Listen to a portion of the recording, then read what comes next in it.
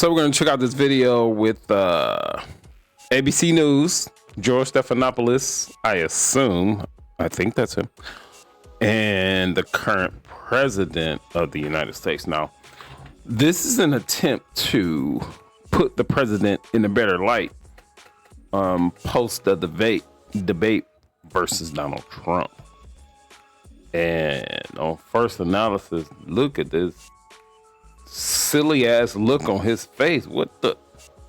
We haven't even started the debate yet, but let's see. Pelosi actually framed the question that I think is on the minds of millions of Americans. Was this a bad episode or the sign of a more serious condition? It was a bad episode. No indication of any serious condition. I was exhausted. I didn't listen to my instincts in terms of preparing. So now, let's make some initial observations. They always say Orange Man. They talk about the Orange Man. Don't he look orange? Doesn't he look orange? Just observation. Bad night.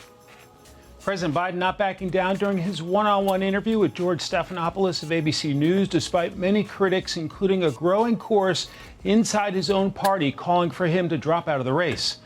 Let's get some real voter insight from a couple of reformed Democrats who had enough even before the big debate debacle. Chicago resident Kata Truss and a lifelong Democrat who is voting for Trump, Daniel Cotson. No, he don't got Kata Truss up there. Hey. Thank you. So President Biden was asked by George Stephanopoulos the impact of the past 3.5 years on his health. I get a full neurological test every day with me. And I've had a full physical. I had, I've been at Walter Reed for my physicals. Yes, the answer is I know. Is anybody gonna ask, what happened to your chin, bruh? What? I know I'm being kind of silly and shallow, but your chin was not this way even last year. What happened to your chin? Your doctor said he consulted with a neurologist. I guess I'm asking a slightly different question. Have you had the specific cognitive tests, and have you had a neurologist, a specialist, do an examination? No one said I had to. No one said, they said I'm good. How do you assess that answer, Kata? Well, the question on all of the voters' minds is President Biden able to continue this race effectively? Mm-hmm. I'm good with Kata Truss. She is a wonderful woman. But this wig, come on now. This wig is elaborate. I know you got a good head of hair under there. This wig, come on now. And you gonna wear some pearls? Giant pearls? Kata, come on. You good. You good with me. But come on. As a former lifelong Democrat who has switched over to the Republican Party, I have to say honestly, if I were still voting Democrat, I don't think I would be able to support Joe Biden. I just don't think that he is up for the job this time around. And I think that this is another example of how the Democratic Party does not pay attention to what the voters are saying. The voters are saying, we don't think he's up for the job. The voters are saying, we think that you guys should consider someone else. And President Biden seems to be emphatic about staying in this race, about going forward. He spoke about the people around him telling him to stay in and that he can do this. And I don't even understand why they would be telling him after what we're seeing. And today did not alleviate those thoughts. President Biden told Stephanopoulos he was exhausted on debate night after spending about a week at Camp David preparing. Let's play that. Was this a bad episode or the sign of a more serious condition? It was a bad episode. No indication of any serious condition. I was exhausted. I didn't listen to my instincts in terms of preparing, and a bad night. You say you were exhausted, and I know you've said that before as well, but you came.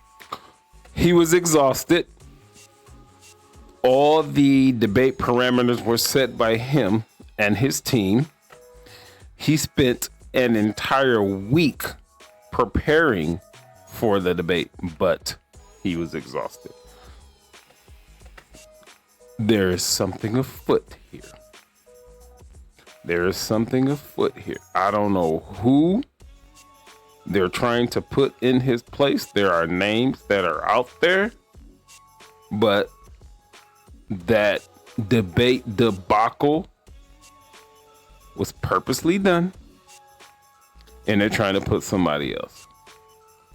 Look, again, they always talk about protect democracy when they are not being democratic. They're being democratic in the word democratic, but let's talk about democracy. When they say democracy, democracy to the Democrats is agree with us or else. That's what democracy means to the Democrats. And you did have a tough month, but you came home from Europe about 11 or 12 days before the debate, spent 6 days in Camp David. Why wasn't that enough rest time, enough recovery time? Because I was sick. I was feeling terrible. Does that reassure you that he is fit to serve, Daniel? That didn't really even make any sense, as is true of much of what Biden says. If you actually listen to his words carefully, they often don't add up.